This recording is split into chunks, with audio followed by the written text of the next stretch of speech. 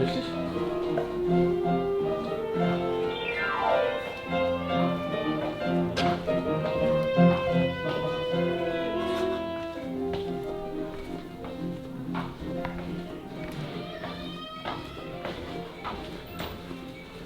Hallo. Hallo. Können Sie uns weiterhelfen vielleicht? Ja, vielleicht. Ich würde gerne eine Gitarre kaufen irgendwo. Kann man das hier? Gitarre ist, glaube ich, hier, wenn Sie hier aus dem Gebäude rausgehen und gehen ganz nach vorne, sozusagen auf dem Eck, Ja. da geht so eine Treppe hoch Okay. und da geht einer in den Keller. Okay. Meines Wissens sind die Gitarren heute im Keller. Okay, also nochmal ganz raus und dann finde ich Einfach, Sie den. können Oder hier hier durch. raus. Sie Super. können hier von rechts raus und dann links runter. Okay, vielen Dank. Bitteschön. Nein, nein. Musikschule. nee, wir sind Pflege. Ah, okay. Ja, ja. Pflegeschule. Wollen wir nicht wollen. Steht jemand falsch? Nee, ich würde gerne eine Gitarre kaufen. Eine Gitarre? Ja. Ja, das ist ja hier Ist es in da der unten? Musikschule. Das ist unten, oder? Ja, keine Ahnung, wo man hier die Gitarren kauft, Saiteninstrumente, Tasteninstrumente. Das ist auf jeden Fall nicht so leicht, hier den Gitarrenshop zu finden. Jimi Hendrix, Freunde. Sag mal, kannst du mal kurz was zu dem Outfit sagen? Kurz ein Trip-Check. Was sagt ihr zu denen eigentlich? Das ist Für den Winter musste der Bär natürlich aufrüsten. für den Winter aber noch eine kurze Hose an. Wir sind Schwaber. Bis minus 10 trägt man kurze Hose. Alles klar, Stefan Pitz. Schon verstanden. Ja, wir sind heute hier, um den Bären auf weiteren Bereichen des Lebens sozusagen die Stats aufzufüllen. Mhm. Und Sidequest. Sidequest. Ja. Leute, es wird wieder Zeit für eine Sidequest. Und zwar will ich mir eine Gitarre zulegen. Ja, ihr habt richtig gehört. Der musikalische Bär, meine Mom wird jetzt Luftsprünge machen hinter dem Bildschirm, wenn ihr das Video sieht. Aber ich habe früher längere Zeit Gitarre gespielt und ich dachte mir, ich brauche mal wieder was, wo ich nicht am Handy sein kann, wo ich ein bisschen ein anderes Hobby habe, wo ich vielleicht ein bisschen Musikunterricht nehme und wieder ein paar Skills aufrüste. Und deswegen, wenn das Glück uns heute in den richtigen Eingang bringt, gucken wir uns jetzt mal nach einer Gitarre um, die zum Bären passen würde. Jo. E-Gitarre oder so eine? Ey, klassische Gitarre. Okay. Mein Onkel in Polen, kurze Side-Story dazu, der spielt brutal Gitarre, E-Gitarre, und mit dem war ich, keine Ahnung wann das war, ich war 11 oder 10, war ich in Kanada. Und ich weiß es bis heute, lege ich mich da abends hin, will ganz entspannt pennen gehen, denk mir nichts dabei, kommt mein Onkel, nimmt die Kopfhörer, setzt sie drauf. Nein, ich weiß, was passiert. Und dann volle Lautstärke und du hörst nur das 8-stündige Gitarrensolo und der pennt einfach damit. Völlig geisteskrank, aber ja, meine Familie ist sehr musikalisch. Klavier habe ich auch mal eine Zeit lang gespielt. Meine Mom spielt sehr gut Klavier. Ja, dementsprechend muss ich mal wieder ein bisschen an den Skills arbeiten und da ein bisschen wieder die Fingerfertigkeit und das musikalische Ohr schulen. Ja, ich habe schon mal rüber gelinst. Ja, Gitarre, Da steht Bass. Gitarre. Streicher. Ja, ist das Streicher. Oh, Alter, das wäre schon So ein geil. Cello bei mir daheim. Oh ja. Oder so eine Geige. So, auf der Brust drauf. Kennst du das von SpongeBob, die kleinste Violine der Welt?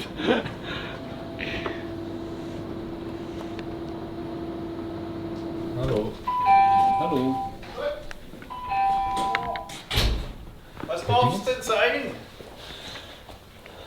Moin. Hallo. Hallo. Hallo erstmal. Hallo. Servus. Ja. Ich bin auf der Suche nach einer Gitarre. Ja, haben Da wir hier. gibt's ein paar, oder? Ja. Zwar habe ich früher mal ein bisschen Gitarre gespielt, Ja. aber wollte das Ganze mal wieder in die Wege leiten, wieder damit anfangen. Gerne. Was hat sie sich denn vorgestellt? Boah, ehrlich gesagt, habe ich auf Ihre professionelle Meinung da. Was ich soll Ihnen sagen, was Sie für eine Sorte Gitarre spielen wollen. Ja. Was Also Sie klassische möchten. Gitarre. Aha, ja, das darfst du schon mal da lang anfangen, oder? geht's. Ja, die dürfen sie sich eine aussuchen und bezahlen und dann ist das hier. Dann ist das Ding geritzt. So einfach geht es. Ja. Und du zeigst mir dann auch, wie ich spiele, oder? Ja, das Perfekt. machen wir. Also schwarz sieht cool aus. Ist es jetzt nur farblich, Das die ist sich jetzt die unterscheiden, oder? einzige schwarze, ja.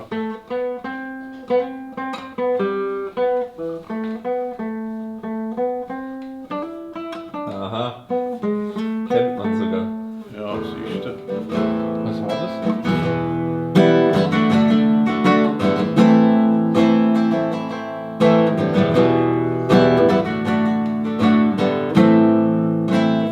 Kannst du den Hetfield machen damit? Ja, den Hatfield. Ja. Da wird er schön. Der kriegt das hin. Das ist schon nicht schlecht. Hätte ich jetzt nicht gedacht. Ein Capodaster brauche ich auch noch, gell? Die haben wir. Das ist jetzt natürlich dann 3,99 Zeder massiv. Und ungestimmt. Das kennst du aber, oder?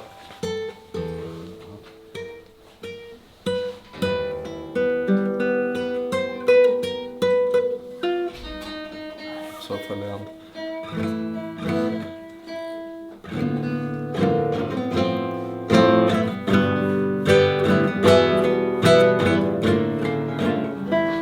Vielleicht doch noch ein Jimi Hendrix. Das wäre dann was hier mit Strom. Ne? Okay. Dann kann man hier Ach, klein, ja, Kabel okay. einstecken und dann geht es schön los. Falls ich dann mal Konzerte spielen soll.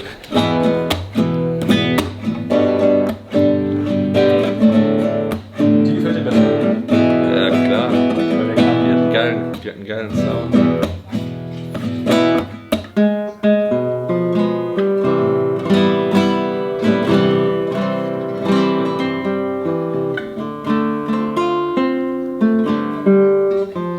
Hört sich noch besser. Ja, das wird immer mehr. Ne? Also es ist dann bloß so, irgendwann die Kurve ist wie immer exponentiell. Ja, okay. Also wenn es dann ab einem gewissen Bereich, wenn es dann noch irgendwo besser willst, das geht dann richtig auf. Halt. Was spielen Aber Sie so privat für eine? Eine, ja, ihrem Zimmer voll. Warum war mir das fast schon klar? Hey. Also klassisch gar nicht, ich habe da die ganz billige, das Brett. Spielen Sie E-Gitarre so dann? Typ, ja, Western und Akustik geil. und elektrisch halt. Und Bass. Aber Klassischer eigentlich, also das ist noch für Spezialzwecke. was ist so für mich als Einsteiger? Als Einsteiger, ja gut, da sind wir mit sowas. Nee, schon ich will jetzt schon eine schöne Gitarre. Aber ich meine jetzt von den Klassen her. Fängt man immer bei der an und geht dann irgendwann zur E-Gitarre, Nee, oder? ich habe mit der gar nicht angefangen. Okay. Ich habe mit so einer Wandervogelgitarre da angefangen und ganz kurz und dann ging das elektrisch weiter. Halt. Das ist halt was Geselliges, Ja, finde das ich. ist dann halt hier schon, da sind wir schon einen Schritt weiter. Das ist dann eine deutsche Hanika, ne? Das macht dann schon Die ist auch in der Spaß. Bearbeitung anders. Gibt mir Stefan Raab-Vibes. Ja. Das ist der empfehlenswerte Ständer. Ja. Lässt sich so flach zusammenklappen, also muss man nichts mehr montieren, der ist da drinnen schon fertig. Ja, ist schön. Nur aufklappen, Detlef. Detlef freut mich aus. Das,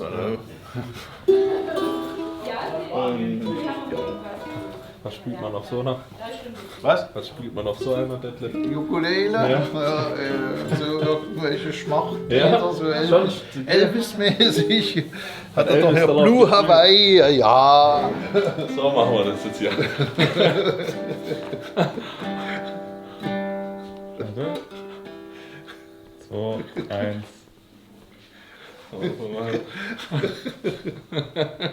Geil.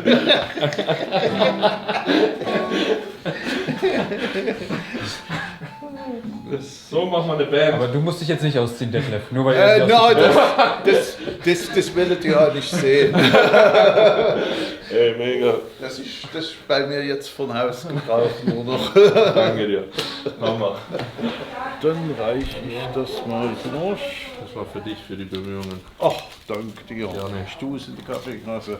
Das ist für dich, nicht für die Kaffeekasse. Das ist der Steiner. Vielen Dank. Danke dir. Und wenn was ist, Genau. neue Seiten, sonstige Sag Bedarf. Bescheid. Detlef, danke dir. Vielen Dank. Macht's gut. Schönen Danke, Tag danke. euch. Schönen Tag. Ciao, macht's gut. Digga. Detlef hat mich kurz zum Guitar Hero gemacht. Digga, das Ganze müssen wir jetzt halt wieder reinholen. Ich habe einen ganzen Sack mit Pfandflaschen. Die müssen wir jetzt noch vom Gym abgeben. Auf geht's. Was ist mit den Pfandflaschen los? Was ist denn mit Carsten los? Hast du das hier gemacht? Warte. Habe ich gemacht. Genau an so einem Ding. Und ihr seht hier, man kann den Sitz nicht verstellen. Und guck mal, wer den Stiernackenkommando hier ausgepackt hat. Ich saß dann original so in dem Ding drin und hab ein Bild von ihm anlassen. Und das jetzt in meinem Reisepass, Alter. Geht ja gut los. Geht ja gut los hier. Ah, 2 Stunden später. Es gibt also neue Automaten, da kannst du das ganze Ding einfach reinlernen. ach, du kippst einfach so aus oder was? Hä? Du kippst den Ja, Fernseher genau. nach oben. Ja, ja. Aber dem würde ich irgendwie nicht vertrauen. Meinst du, jubeln sein unter? Als Schwab. Muss ich ganz genau gucken. Heiland, Sack.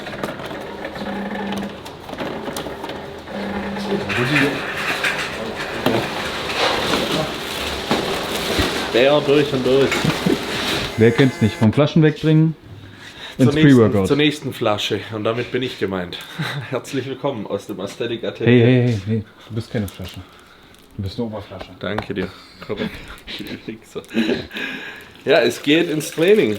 Und jetzt wird es wieder Zeit, den Schalter umzulegen. Ich bin extrem fokussiert gerade am Arbeiten. Bin ja so locked in eigentlich wie noch nie, muss ich ehrlich gestehen. Weil ich will nächstes Jahr richtig rasieren. Und dazu gehören, also ich war wirklich mit Stefan, was Formchecks angeht, noch nie so am Start. Der ist selber schon überrascht. Vielleicht erscheint das nächste Video, also dranbleiben, wisst ihr Bescheid, aus Wien. Denn wir müssen dem Boss mal wieder einen Besuch abstatten und in Form oder beziehungsweise live schauen, was die Form sagt und ja, was man anpassen muss, was geändert werden muss. Aber ich geb richtig Gas, Gewicht geht langsam aber stetig nach oben, die Trainingsleistung wird besser und so muss das sein. Ich bin, ja, it's serious business, wie der Ami sagen würde, und dementsprechend zählt jede Einheit, es wird Vollgas gegeben. Wir knallen uns weg. Dennis, der Schmierfink, liebe Grüße an dich, du fauler Sack. Nee, Spaß, aber der war bei der Sportschule Kinema beim Sepp. Auch liebe Grüße darunter nach Bayern. Hat sich da mal durchtherapieren lassen. Der ist ja schon halb invalide. Ich bin auf dem besten Weg dahin. Das Sortiment hat sich erweitert. Denn es gibt ein paar neue Booster, bzw. Booster-Geschmäcker.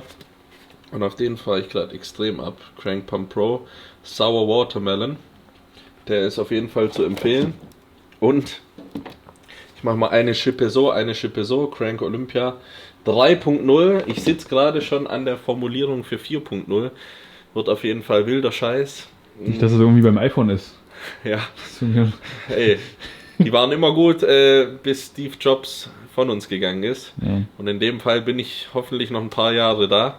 Also gibt es hoffentlich noch ein paar Crank Olympias. Und die mixe ich gerade immer zusammen. Und das ist ziemlich geil, weil im Crank Pump Pro sind noch Sachen drin wie Glycerol, die jetzt im anderen nicht drin sind. Und vice versa. Das Ganze gibt dann eine rote teuflische Mischung, oh ja, die mich gleich auf jeden Fall on fire bringt, weil heute ist Rückentag und ihr wisst, Rückentage muss extra gebolzt werden und da gebe ich nochmal extra Ernsthaftigkeit rein ins Training.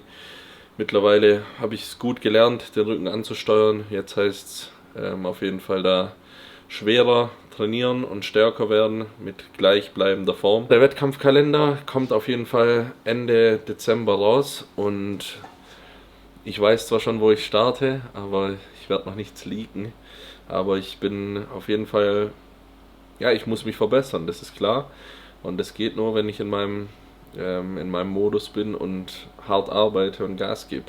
Jetzt in der offenen fange ich wieder jetzt nicht bei 0 an, aber ich meine 13. Bester der Welt bin ich jetzt. Aber es muss auf jeden Fall, die 1 muss weggestrichen werden und dann ist es schon mal ein guter Einstieg. Aber wir kämpfen uns weiter vor. Jetzt bin ich da in der Champions League angekommen und da muss man auf jeden Fall Gas geben, weil die anderen schlafen nicht und ich habe da auf jeden Fall einiges drauf zu packen. No pressure an der Stelle, aber ich gebe Gas. Und ihr hoffentlich auch.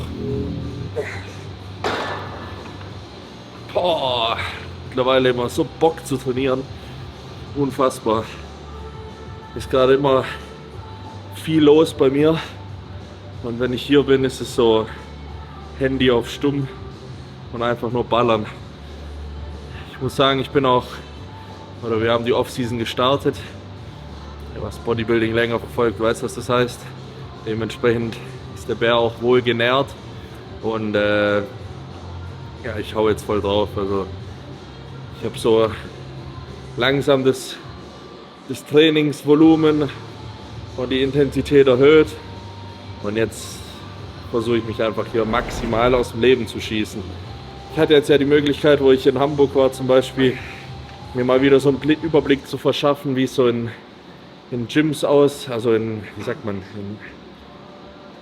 Nicht-Privatstudios aussieht. Konventionelle. Ja, genau. Und ich war so ein bisschen irgendwo hat es mich gefreut, weil die Leute sauber trainiert haben.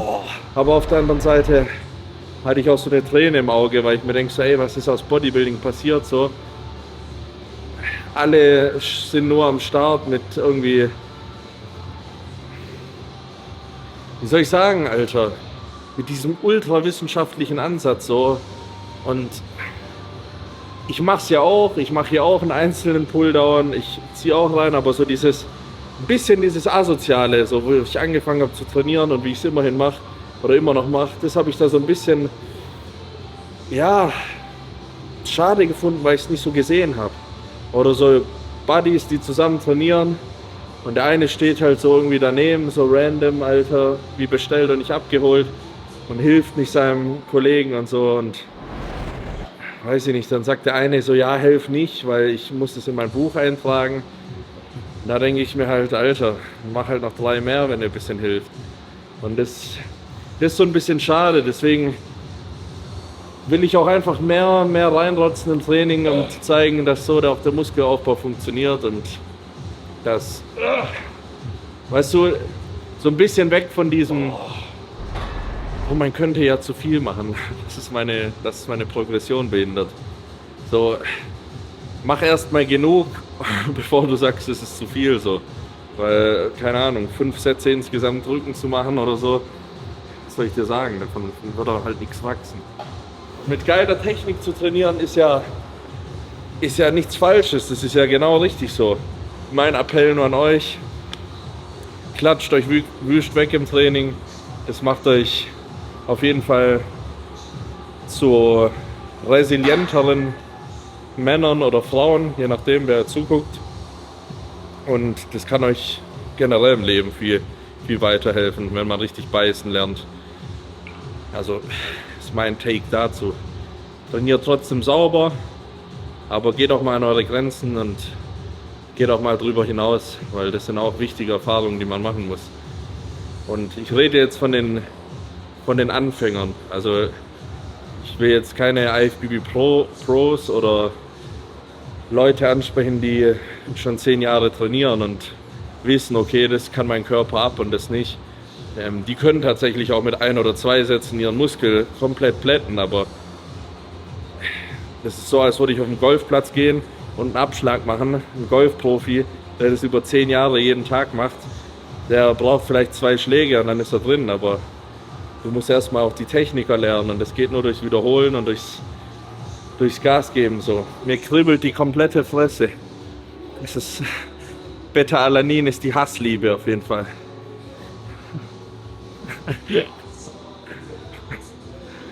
Das ist schon eine neurologische Krankheit, die anfängt. Und du denkst, es ist Beta-Alanin. Ja, dann soll sie weitermachen. Ich find's geil.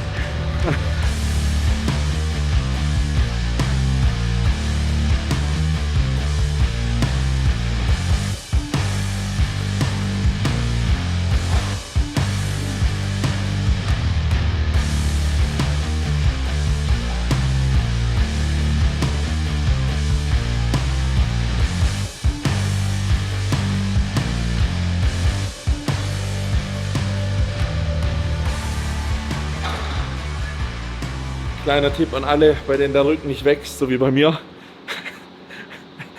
Natürlich, hol dir die Tipps von dem, wo es nicht funktioniert. Aber versucht mal bei so Zug- oder Pullbewegungen generell den Daumen hier drüber zu nehmen und das Ganze nur wie als Haken sozusagen zu sehen und so aus dem Rücken zu ziehen. Hat mir tatsächlich geholfen, den Rücken von dem Scheißrücken zu einem schon auch Kackrücken, aber ein bisschen besser zu bringen. Nee, aber es ist geil. Und ich glaube, da muss man schon auch mit Gefühl an die Sache rangehen. Vor allem bei Muskelgruppen, die nicht so richtig wachsen wollen. Und die muss man dazu zwingen.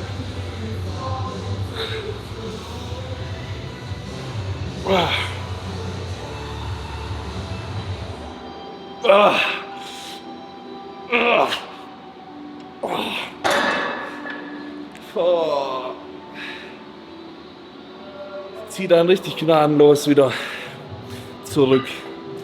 Aber ich finde es interessant, wie die eine Seite besser ist als die andere. Deswegen immer mal ein paar Übungen einzeln einbauen. Vor allem beim Rücken. Ja, ich mache da immer so eine gute Mischung. Jetzt machen wir weiter. Jetzt wird gerudert.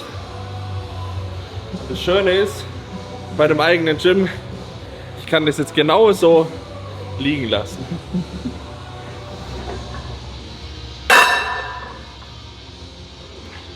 Meiner Meinung nach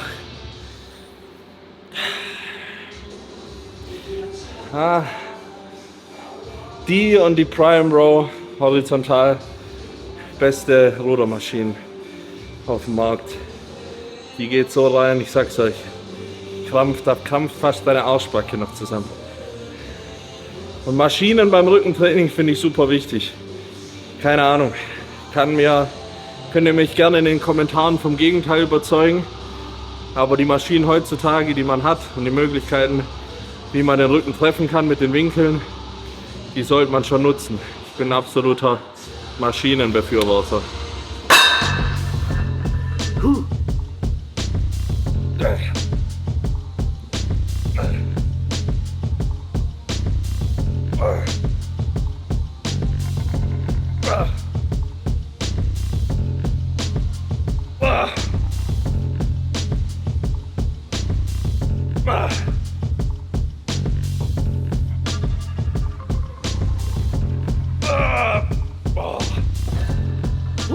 Ich will immer weiterziehen, aber es ist kein Trainingspartner da heute. Aber auch mal gut. Schreibt mal eure Top 3 Rückenübungen jetzt in die Kommentare. Jetzt bin ich mal gespannt. Da kommen jetzt so die alte Garde. Klimmzüge, Kurzhantelrudern, Langhantelrudern oder die New Schooler. Ich finde gute Maschinen schon besser. Aber gut. Was habe ich bei der Thematik mitzusprechen? Oh. Oh. Ich hasse und liebe diese Übung, aber die haut schon gut rein, Mann. Viele haben auch gefragt, was mein Gewicht macht. Es geht auf jeden Fall hoch. Nicht so sprunghaft wie die letzten Jahre, aber wie Markus und ich angepeilt haben, so 130 Kilo Off-Season wäre jetzt schon stark. Wenn ich die in der Form bringe, wie ich sie jetzt habe,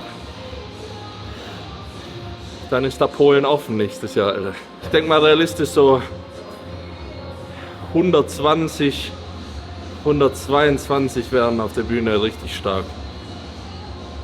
Aber da muss ich mir echt den Arsch treten jetzt. Aber machen wir ja. Das habt ihr auch mal meine Gedanken so. Weil das Essen, das kommt jetzt schon gut. Also die Kalorien werden schon immer erhöht. Und gestern um 1 Uhr nachts saß ich noch an meinen 150 Gramm Reis und 10 Eiern.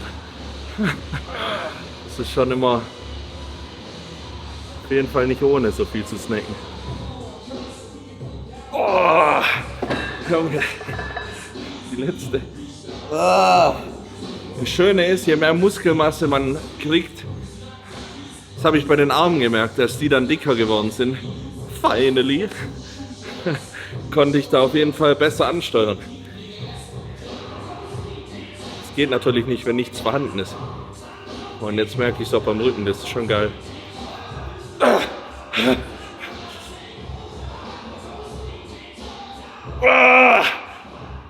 Oh, fuck.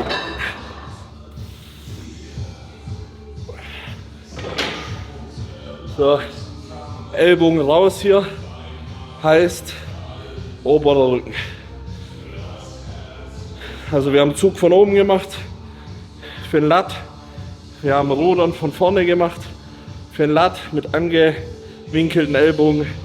Jetzt spreizen wir die ab, ziehen oben rein. Auch ein wichtiger Tipp an euch, immer Step by Step durchs Training gehen.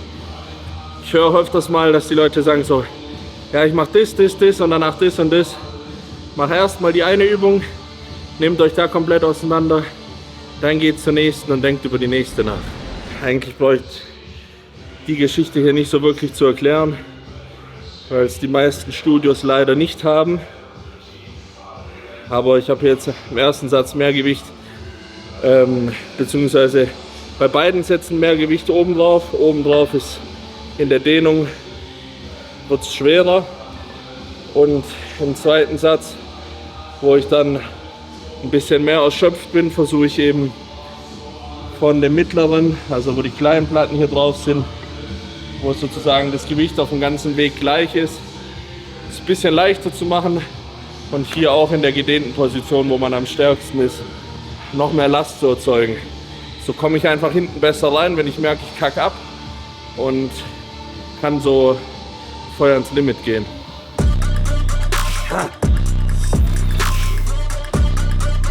Oh ja!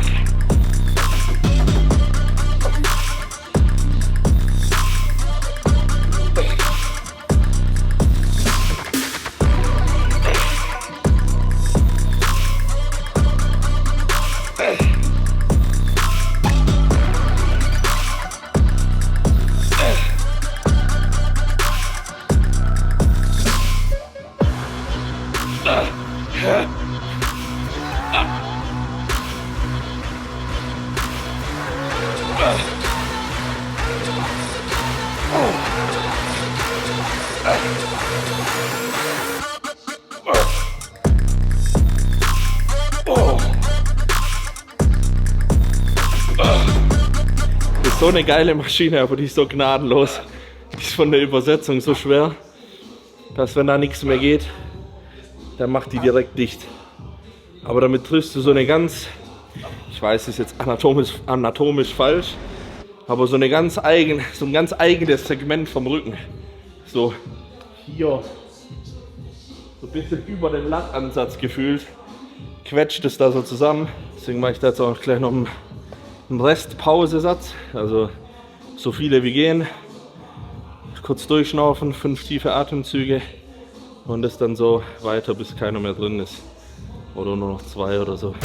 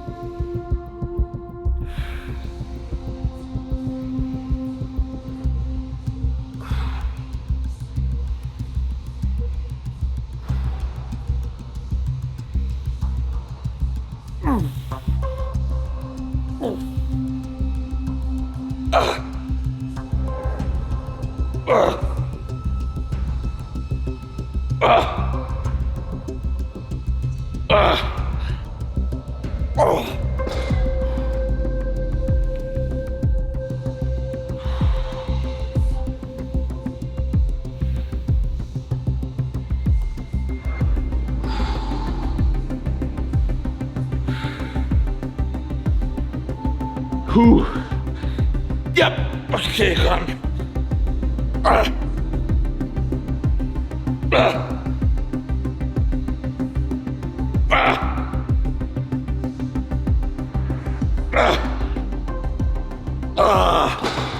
Max, verdammte Scheiße.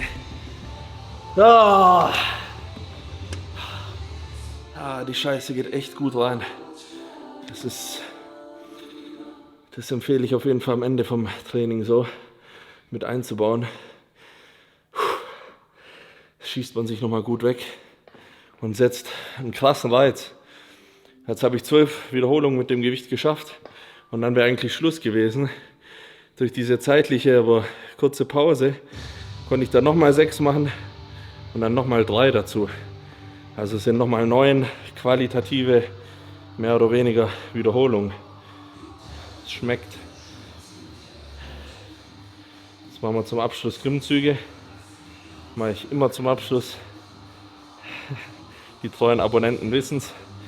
Das ist, seit Flex Wheeler mir das persönlich gesagt hat, habe ich gesagt, scheißegal. Am Ende von jedem Training Klimmzüge.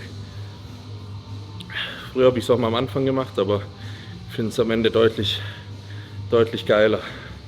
Vor allem, wenn man so ein nasser Sack ist wie ich, der keine Klimmzüge kann. Dann mache ich am Anfang lieber Überzüge oder so. Servus. Bist du neu hier im Studio, oder? Ich bin der Pitt. Jeder über 50-jährige Studiobesitzer heißt Pitt. Pitt? Ja. Pitt oder Horst. Ist das dir nicht aufgefallen? Ich hätte gedacht, Walter ist auch so ein Name. Nee, Pitt und Horst. Also wenn ihr einen Pitt oder einen Horst kennt, schickt den mal den Clip. Das ist wirklich erschreckend. Pitt und Horst, und er kommt dann. Willst du mal Bilder von mir sehen, von früher? Das war hier 1987 bei der deutschen Nationalmannschaft. Da war die deutsche Nationalmannschaft noch was, das sage ich euch. Brutal, brutal. Heutzutage, die Pro-Cards werden hinterhergeschmissen, das ist nichts mehr. Soll ich dir mal ein paar Übungen zeigen? Dann komm mal mit. Dann kommt immer die größte Pro-Science-Übung.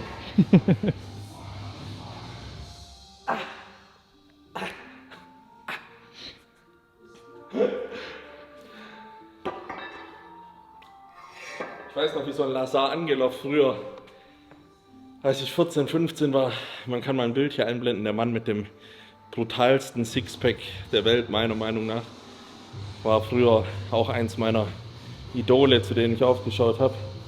Die haben dann immer so komplett verrückte Übungen gezeigt, wie eben das gerade, so für die fetten Schultern, und dann ich wie ein Bekloppter in meinem Studio Auto gefahren mit der 15er Scheibe. Ja, was hättest du auch machen wollen, Mann? Wenn man es nicht besser weiß? Ja, aber das war, darum ging's. Ja. Da hat man das halt gemacht, bis der Arzt kam. Jetzt habe ich so eine fette vordere Schulter. Ich darf die ganze Zeit hinter machen.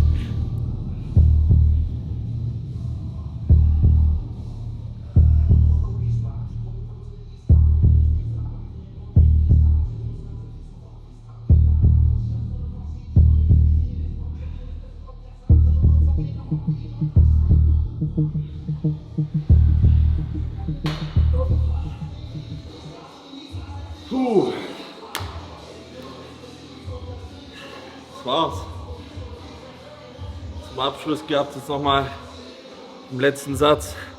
Könnt ihr auch mal probieren, finde ich ziemlich geil. Einfach so einen langen Stretch nochmal, so 30 Sekunden bis 60 Sekunden hängen lassen. Oder beim Rudern den Rücken aufdehnen. Und ja, somit war's das für heute. Leute, denkt dran, ihr könnt noch sparen. Cyber Monday Deals. In diesem Sinne, Polacco ist raus. Bis zum nächsten Mal.